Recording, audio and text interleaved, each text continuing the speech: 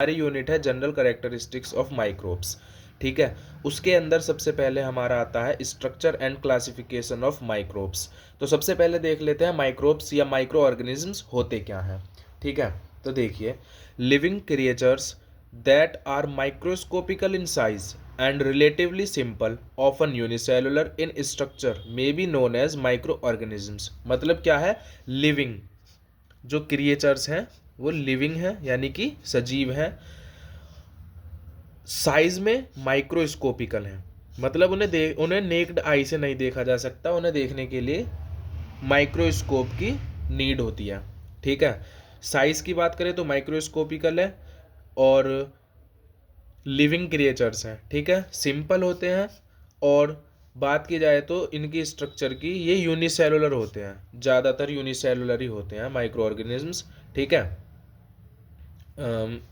यही है microorganisms. These can be seen by microscope. इन्हें देखने के लिए हमें किसकी ज़रूरत पड़ेगी, माइक्रोस्कोप की ज़रूरत पड़ेगी।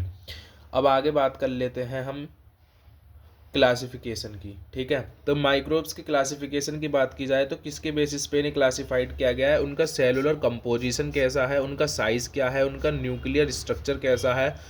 ठीक है, और उनके रिप्रोडक्शन यानी कि वो अपने आप को मल्टीप्लाई करने के लिए यानी कि अपने नंबर में ग्रोथ करने के लिए किस चीज़ की हेल्प, मतलब किस तरह से रिप्रोड्यूस करते हैं, एसेक्सुअल मीन्स है, सेक्सुअल है, उस इन सब चीज़ों के मतलब इन सब चीज़ों पर डिपेंड करता है क्लासिफिकेशन ऑफ माइक्रोब्स।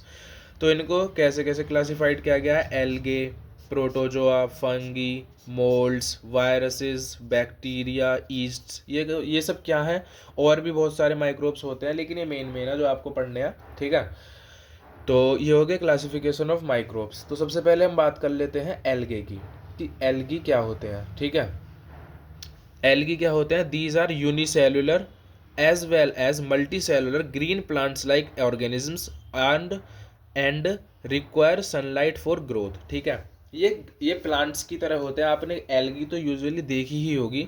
ये क्या होती है, यूनिसेलुलर भी होती है और मल्टी सेलुलर भी हो सकती है। ठीक है, ये ग्रीन प्लांट्स लाइक स्ट्रक्चर होते हैं, इनमें क्लोरोफिल प्रेजेंट होता है, इन्हें अपने फूड के लिए दूसरे पर डिपेंड नहीं रहना पड़ता, ये अपना फूड खुद से प्रिपेयर कर सकते हैं। ठीक है, इन्हें फूड बनाने के लिए क्या रिक्वायर होती है, सनलाइट, ग्रोथ के लिए। ठीक है, उसके थ्रू अपना फूड बनाते हैं और ग्रोथ कर सकते हैं। ये क्लोरोफिल कंटेन करते हैं। ठीक है, एल्गे की बात चल रही है। Can prepare their food themselves, इनके पास क्लोरोफिल होता है इसलिए अपना फूड खुद से बना सकते हैं। आगे बात की जाए तो they are larger than bacteria, protozoa and fungi. इनसे क्या होते हैं, लार्जर होते हैं और ये कुछ डिसीज़ भी कॉज कर सकते हैं, तो इस वजह से ये पैथोजेनिक भी होते हैं। तो इसका एक एग्जांपल है प्रोटोथीका, ये एक एल्गी है। ठीक है, ये एक ह्यूमन पैथोजन है जो ह्यूमंस में इन्फेक्शन कॉज करता है। ठीक है, आगे देखते हैं प्रोटोजोआ। प्रोटोजोआ क्या होते हैं, ये यूनिसेलुलर होते हैं और स्मॉलेस्ट यूकैरियोटिक एनिमल्स हैं। ठीक है, जो यूकैरियोटिक एनिमल्स होते हैं उनमें सबसे स्मॉल कौन होते हैं, प्रोटोजोन्स। ठीक है, तो ये नॉन फोटोसिंथेटिक होते हैं, इनके पास क्लोरोफिल नहीं होता है इसलिए नॉन फोटोसिंथेटिक है।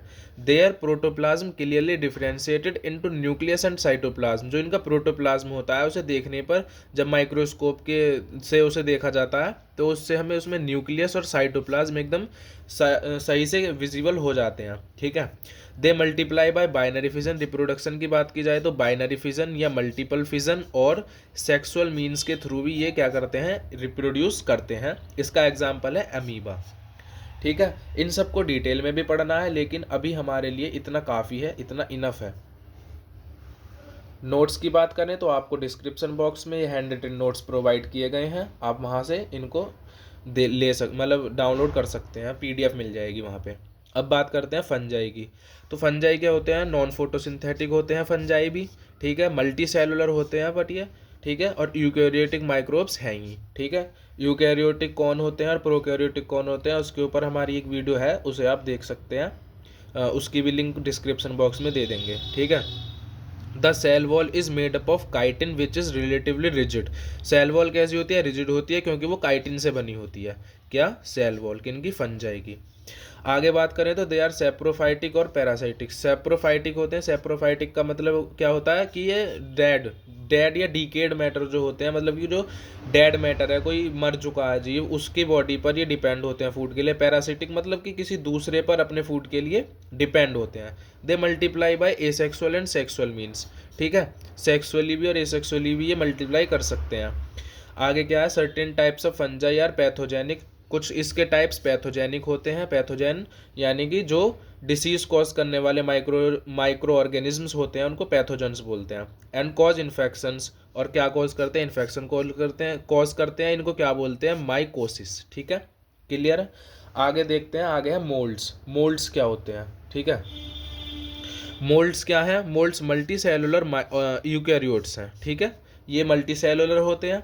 Served Mankind in many ways, ये ह्यूमंस को यानी कि हमें बहुत तरीके से हेल्प करते हैं। कैसे हेल्प करते हैं, जैसे कि देखो सॉइल में पाए जाते हैं, तो ये क्या करते हैं, जो ऑर्गेनिक मैटर होता है सॉइल में ये प्रेजेंट होते हैं, उसके डिकम्पोजिशन करने में हेल्प करवाते हैं, ठीक है। पेनिसिलिन होती है, एक ड्रग होती है जो बहुत ही मैनकाइंड के लिए यूज़फुल है, उसको प्रोड्यूस करते हैं एक मोल्ड के थ्रू ही, जो कि कौन सी है, पेनिसिलियम नोटेटम, ठीक है। अब आगे बात करते हैं ईस्ट की। ईस्ट क्या है, ईस्ट यूनिसेलुलर यूकैरियोटिक ऑर्गेनिजम्स हैं। ये कैसे होते हैं, यूनिसेलुलर होते हैं, ये बाइनरी फिजन के थ्रू मल्टीप्लाई करते हैं, मतलब रिप्रोड्यूस करने का टाइप इनका कौन सा है, थ्रू बाइनरी फिजन। जो ईस्ट होते हैं are widely distributed in nature, nature में अच्छी तरह मतलब बहुत बढ़िया तरीके से पाए जाते हैं। ये जो होते हैं ये ड्रग्स में, सॉइल में, मिट्टी में, दूध में, और कॉमनली अकर ऑन ग्रेप्स, ये अंगूर पर और कुछ फलों पर भी उग जाते हैं, मतलब आ जाते हैं, कुछ पेड़ों पर भी आ जाते हैं, ईस्ट आपने देखे होंगे। Useful to man in making bread, cakes and wine, इन चीज़ों को बनाने में भी ये हेल्पफुल होते हैं। अब बात कर लेते हैं बैक्टीरिया की। बैक्टीरिया क्या होते हैं, प्रोकैरियोट्स होते हैं। अगर आपको डाउट है कि यूकैरियोट्स और प्रोकैरियोट्स क्या है तो डिस्क्रिप्शन बॉक्स में दी गई है लिंक, आप वहाँ से देख सकते हैं।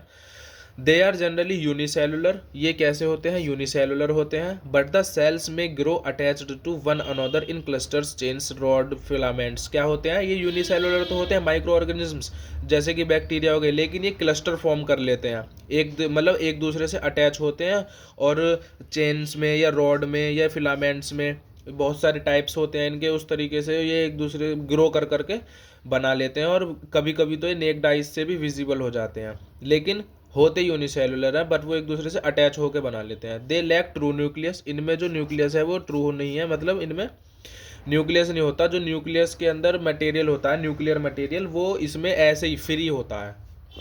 डिवाइडेड बाय बाइनरी फिजन, अगर सेक्सुअल्स की अगर रिप्रोडक्शन की बात की जाए तो बाइनरी फिजन के थ्रू, और कभी कभी ये कॉन्जुगेशन के थ्रू भी रिप्रोड्यूस करते हैं, जो कि सेक्सुअल रिप्रोडक्शन का टाइप है।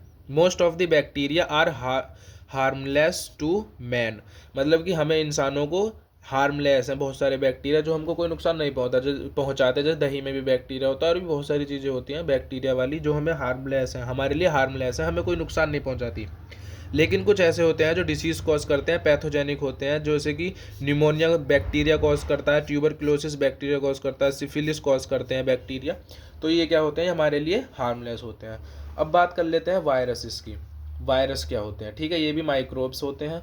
Viruses, these are smallest of all the microorganisms, ठीक है, ये जितने भी माइक्रो ऑर्गेनिजम्स हैं सब में सबसे छोटे हैं, स्मॉलेस्ट हैं, ठीक है। They are very small non cellular parasites, ये कैसे होते हैं, बहुत छोटे होते हैं। नॉन सेलुलर, ये नॉन सेलुलर होते हैं, इनमें सेल्स होती ही नहीं है।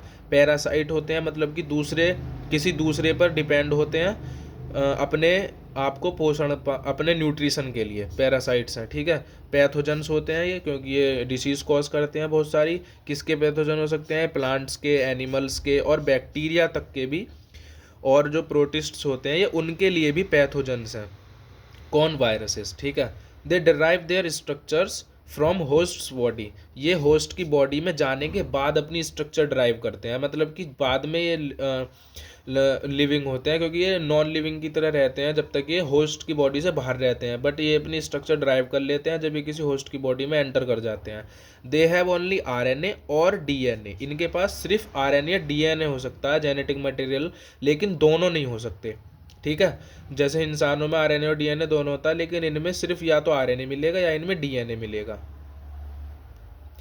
Only visualised by the electron microscope, इन्हें सिर्फ इलेक्ट्रॉन माइक्रोस्कोप के थ्रू ही देखा जा सकता है। वायरसेस मतलब इलेक्ट्रॉन माइक्रोस्कोप होते हैं जिनसे बहुत छोटी चीज़ें दिखाई दे सकती हैं, उनके थ्रू ही वायरस देखे जा सकते हैं, इतने स्मॉल होते हैं। Viruses cause many diseases in human, these viruses are pox viruses, herpes viruses, retroviruses, ये कुछ वायरसेस के एग्जाम्पल हैं, जैसे कोरोना वायरस भी इसमें आ जाएगा, ठीक है, कोविड-19 में, ठीक है, ये सब हो गया।